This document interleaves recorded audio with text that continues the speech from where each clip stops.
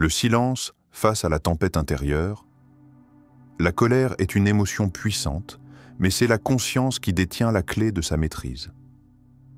Bienvenue sur Sculpture mentale, où nous explorons les profondeurs invisibles de l'esprit humain, là où naissent la volonté, la liberté et la transformation intérieure. Dans ce tumulte incessant du monde extérieur, il existe en chacun de nous une force secrète capable de transcender la fureur des émotions et les provocations extérieures. Pourtant, cette puissance reste souvent endormie, ensevelie sous des réactions automatiques. Imagine un lac paisible au cœur d'une tempête. À sa surface, les vagues tourbillonnent, mais sous l'eau, la profondeur demeure calme et immuable. C'est ce calme intérieur que nous allons apprendre à retrouver, ce lieu silencieux où la colère perd son emprise. Qu'est-ce qui, en toi, peut rester immuable face au vent violent de la colère et des dérangements? Quelle force intérieure refuse de se laisser ébranler? Avant de continuer, un petit rappel. Abonnez-vous à la chaîne pour ne pas manquer nos prochaines vidéos. Si ce que vous voyez vous plaît, un like serait grandement apprécié et n'hésitez pas à partager vos réflexions en commentaire. Merci pour votre soutien continu. La colère, reflet de l'ombre intérieure. Tout ce qui ne devient pas conscience revient sous forme de destin. La colère. Cette flamme ardente qui peut embraser notre esprit, consumer notre paix et obscurcir notre jugement. Pourtant, ce que beaucoup ignorent, c'est que la colère n'est pas qu'une réaction à une cause extérieure. Elle est un message. Une voix venue de ce territoire invisible, complexe et souvent terrifiant qu'est notre ombre intérieure. L'ombre, selon Carl Jung, est cette part obscure, oubliée, refoulée de nous-mêmes. Ce sont ces fragments de notre être que nous refusons de reconnaître, des émotions, des désirs, des blessures, des peurs que nous enfermons dans des coffres secrets. Mais ce refus d'embrasser l'ombre a un prix. La colère devient alors une force incontrôlable, une énergie déchaînée qui s'empare de nos gestes, de nos paroles, et nous transforme en prisonniers de nous-mêmes. Imagine un homme, chaque matin, se levant avec le poids lourd d'une injustice profonde, une trahison, un échec, un regard méprisant. Chaque jour, il nourrit cette colère comme on entretient un feu. La colère devient son complice, son refuge. Elle le protège de la vulnérabilité, mais l'enferme aussi dans une cage invisible. Ce feu, au départ protecteur, finit par le consumer. Un jour, dans un moment de solitude, il croise son reflet dans le miroir. Ce regard qu'il évitait tant, celui qui le met face à lui-même. Ce qu'il voit n'est pas l'ennemi extérieur, mais un fragment de lui, blessé, meurtri, noyé dans la douleur. C'est un instant de lucidité rare. Il ne peut plus fuir cet abîme intérieur. Alors commence la conversation intérieure, cette rencontre courageuse avec son ombre. Il observe cette colère non plus comme un adversaire, mais comme un messager. Quelle douleur cache-t-elle? Quel besoin profond cherche-t-elle à exprimer? Dans ce dialogue, la colère perd peu à peu sa rage aveugle. Elle devient un signe, un phare dans la nuit. Car il faut comprendre que la colère est rarement ce qu'elle semble être. Derrière chaque explosion, chaque irritation, chaque affrontement se cache un appel, un cri silencieux, celui de parties blessées, non reconnues ni aimées. La colère est une déformation, un masque, mais surtout un signal. Ce fragment refusé de toi, cette part d'ombre qui te fait vibrer sous la colère, que refuses-tu de voir? Peut-être est-ce la peur d'être faible, l'angoisse d'être abandonné, la blessure d'un rejet profond, peut-être une honte secrète, une colère plus ancienne, une tristesse sourde. Le véritable défi est ici. Oser plonger dans cet abîme, non pas pour s'y noyer, mais pour en ressortir plus fort, plus entier. C'est un acte de bravoure intérieure. La lumière ne peut exister sans l'ombre. Et c'est dans l'intégration de cette dernière que se trouve la clé de la liberté. Parce qu'une colère qui n'est pas explorée, comprise et transformée finit toujours par nous posséder. Elle fait de nous un jouet, un pantin ballotté par des forces invisibles. Elle vole notre énergie, détruit nos relations et éteint la paix. Mais une colère consciente, accueillie, devient puissance. Elle devient une force qui nous pousse à agir, à changer, à nous réinventer. Réfléchis un instant. Quel fragment de toi refuses-tu d'affronter? Quel abîme évites-tu alors même que c'est lui qui nourrit cette colère qui te ronge? Es-tu prêt à te regarder dans le miroir sans détour, à voir la vérité nue, aussi dérangeante soit-elle? Es-tu prêt à entamer cette conversation intérieure, cette exploration courageuse de ton propre être? Ce chemin est étroit, il est souvent solitaire, et il peut faire peur. Mais c'est aussi le chemin de la souveraineté intérieure, de la puissance retrouvée. Car ce n'est qu'en faisant face à nos ombres que nous pouvons briser leurs chaînes. C'est en éclairant l'invisible que la colère cesse de nous dominer. La question qui reste suspendue est simple mais essentielle. Veux-tu continuer à être gouverné par une colère qui vient d'un territoire inconnu? Ou veux-tu enfin devenir le maître de cette énergie, la transformer en lumière, en force créatrice? Tu portes en toi la réponse. La clé est dans la conscience. La volonté souveraine, maîtriser la tempête. L'homme qui ne maîtrise pas ses passions est esclave de ses circonstances. La volonté souveraine ne s'exprime pas dans le tumulte ni dans la colère aveugle. Elle se révèle dans le silence profond de l'âme, là où l'être se tient face à ses démons, immobile, maître de ses tempêtes intérieures. Imagine un forgeron seul dans son atelier. Autour de lui, le feu crépite, illuminant la pénombre. Devant lui, un morceau de métal incandescent, rougeoyant sous la chaleur intense. Chaque coup de marteau sur ce métal n'est pas un acte de colère, mais une décision précise, un geste empreint de maîtrise et de patience. Il ne frappe pas par rage, ni pour détruire, mais pour créer, façonner une lame solide, une arme qui lui servira dans ses combats, mais qui, avant tout, est l'expression tangible de son pouvoir. Ce forgeron, c'est toi. Le métal brûlant, ce sont tes émotions, ta colère, ta souffrance. Le marteau dans ta main, c'est ta volonté. Que choisis-tu de faire? Te laisser emporter par la fureur du feu ou canaliser cette énergie pour forger quelque chose de durable, de puissant? La liberté intérieure n'est pas un cadeau que l'on reçoit, ni une magie qui s'opère sans effort. Elle est une conquête, un champ de bataille silencieux où chaque jour tu décides de ne pas laisser les passions te dominer. C'est le choix de faire taire le tumulte extérieur pour écouter la forge intérieure. Cette maîtrise, cette souveraineté sur soi, ne signifie pas nier ses émotions, mais les accueillir comme des matières premières. La colère, la douleur, la peur sont là, présentes, mais elles ne dirigent plus ta vie. Elles deviennent le souffle qui alimente le feu de ta transformation. Tu deviens alors sculpteur de toi-même, architecte de ton destin. Ce qui était chaos devient ordre. Ce qui était tempête devient cadence. La volonté souveraine est cette force qui choisit, chaque instant, de façonner son être avec courage et lucidité. Pose-toi cette question. Où places-tu ta volonté? Est-elle dispersée, emportée par le tumulte et les réactions automatiques? Ou bien est-elle concentrée, calme, ancrée dans la forge silencieuse de ton esprit, façonnant ta paix et ta puissance? Ce choix appartient à chacun. Mais ceux qui s'abandonnent à la colère restent esclaves de leurs circonstances, prisonniers de la marée montante de leurs passions. Ceux qui cultivent la volonté souveraine, eux, marchent libres, porteurs d'une lumière intérieure capable d'éclairer les ténèbres. Dans ce combat silencieux, le forgeron ne cède pas. Chaque coup, chaque décision est un pas vers la liberté. Tu as en toi ce marteau. Es-tu prêt à frapper? La solitude et le doute, creuset de la transformation. La solitude est la maison de la transformation. Dans notre époque saturée de bruit, d'informations incessantes et d'échanges rapides, la solitude est devenue une rareté. Pourtant, c'est précisément dans cet espace silencieux, loin du tumulte du monde, que se joue la métamorphose la plus profonde.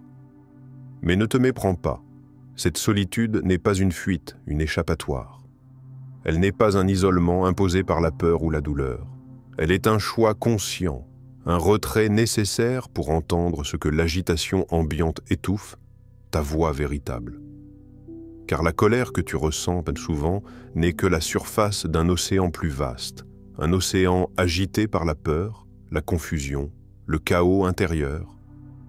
Pour accéder à la paix, il faut plonger en profondeur, là où les eaux sont calmes et translucides. Imagine une femme blessée, accablée par les mots durs, les jugements d'autrui, les regards lourds de reproches. Elle décide un jour de se retirer, loin de tout, dans un désert, un lieu dépouillé, nu, dépourvu de distraction. Là, dans ce vide apparent, elle ne fuit pas ses douleurs, elle les affronte. Chaque jour, face à elle-même, elle dialogue avec ses peurs, ses colères, ses doutes. Ces doutes, loin d'être des ennemis, deviennent des guides. Ils illuminent des zones obscures, révèlent des vérités cachées, ouvrent des portes intérieures que l'agitation du monde masque souvent. Le doute, dans cette solitude choisie, cesse d'être paralysant. Il devient lumière, balise sur le chemin vers soi. Il pousse à questionner, à défaire les illusions, à déconstruire les certitudes toxiques. Et c'est dans cet espace que la transformation s'opère, silencieuse mais profonde. La colère, autrefois incontrôlée, se dissout dans la compréhension. La peur devient acceptation. La confusion, clarté. Maintenant, regarde en toi. Quelle solitude es-tu prêt à accueillir? Es-tu capable de t'ôter du bruit, ne serait-ce que quelques instants, pour te confronter à toi-même? Quelle peur, quel doute, quelle question intime te réclame dans ce silence? Le creuset de la transformation n'est pas le tumulte, mais ce vide intérieur qui fait place à la vérité. Accepter la solitude, c'est ouvrir la porte à une renaissance. C'est te donner la chance d'entendre, enfin, ta propre voix, libre des interférences. Et ce doute, qui souvent effraie, peut devenir un allié précieux, un éclat qui déchire le voile des faux semblants et révèle le socle authentique de ton être. Alors, quelle solitude vas-tu choisir? Quel doute vas-tu accueillir comme une lumière et non comme un poids? C'est dans ce refuge silencieux, dans cette maison intérieure, que tu peux commencer à ne plus être dérangé, car tu seras aligné avec toi-même, serein, ancré. Le chaos créateur, danser avec la colère.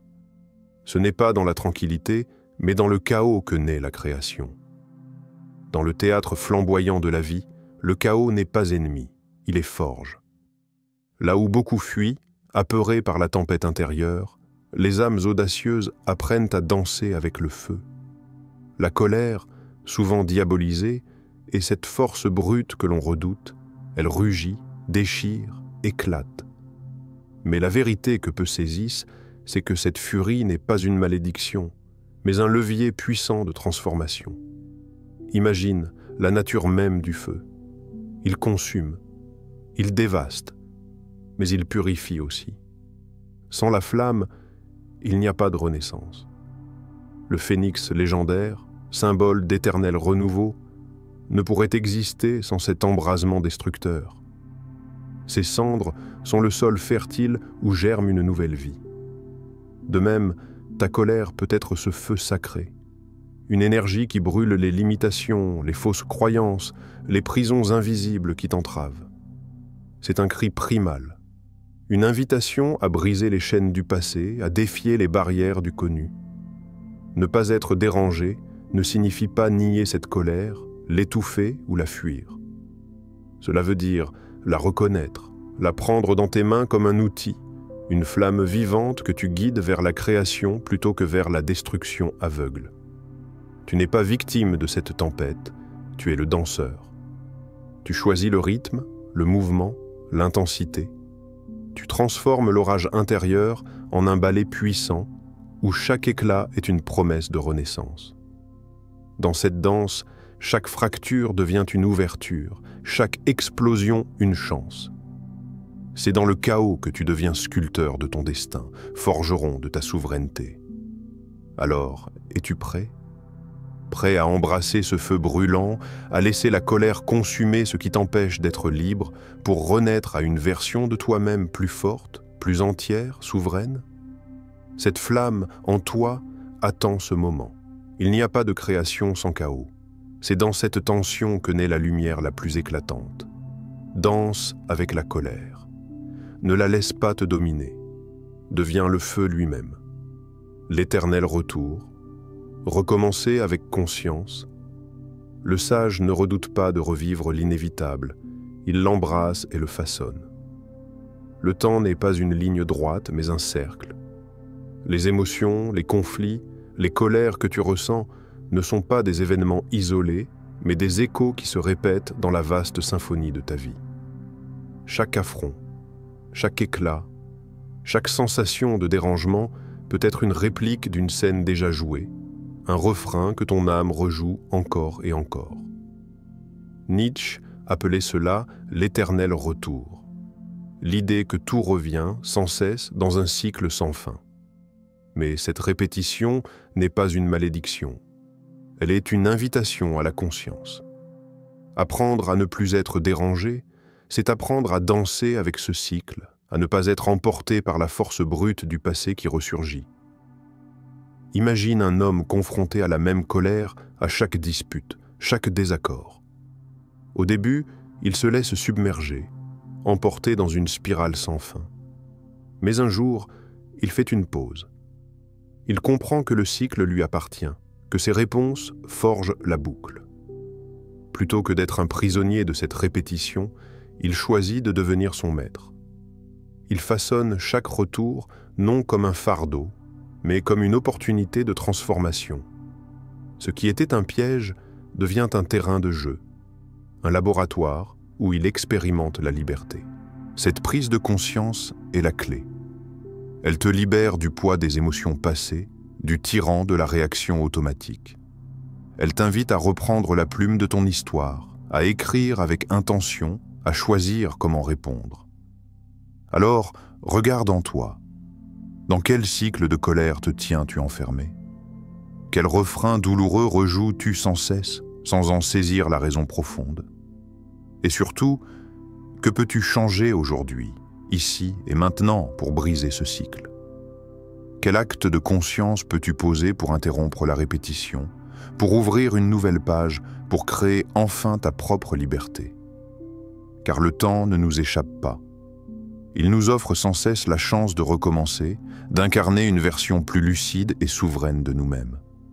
Ne redoute pas le retour de ce qui t'a blessé. Accueille-le, embrasse-le et façonne-le selon ta volonté. L'appel à la souveraineté intérieure. Tu as parcouru ce chemin, de l'ombre où la colère se cache, à la forge où la volonté s'affirme, en passant par la solitude où le doute éclaire, jusqu'au feu du chaos créateur, et enfin à la conscience de l'éternel retour. Ce voyage n'est pas une simple compréhension intellectuelle. C'est une invitation à devenir l'artisan de ta propre liberté, à ne plus laisser les tempêtes émotionnelles dicter ton existence, mais à danser avec elles, à les transformer, à les transcender. La colère n'est pas l'ennemi, elle est la matière brute de ta métamorphose. Elle te révèle des parts de toi oubliées, blessées, qui demandent reconnaissance et intégration. Ne plus être dérangé, ce n'est pas l'extinction des émotions, mais la souveraineté sur elles. C'est le choix conscient de répondre avec puissance plutôt qu'avec réactivité. C'est la maîtrise souveraine de ton esprit et de ton destin. Maintenant, la question brûle. Es-tu prêt à réveiller cette force, à embrasser ta colère non pas comme une faiblesse, mais comme un feu sacré, un levier vers une vie plus grande? Le véritable pouvoir ne vient pas de l'extérieur, mais de cet espace intérieur où tu te tiens debout, libre, lucide, invincible. Le chemin est là. La volonté aussi. Choisis aujourd'hui d'être ce maître de toi-même. Si ce message a résonné en toi, prends un instant pour liker cette vidéo et t'abonner à la chaîne Sculpture Mentale pour ne rien manquer des prochaines explorations de l'esprit. Partage en commentaire ce qui t'a le plus touché ou écris simplement « Je choisis la liberté » pour affirmer ta volonté de maîtriser tes émotions. Ta présence ici est un pas vers la souveraineté intérieure, Ensemble, continuons ce voyage vers la puissance, la lucidité et la transformation profonde.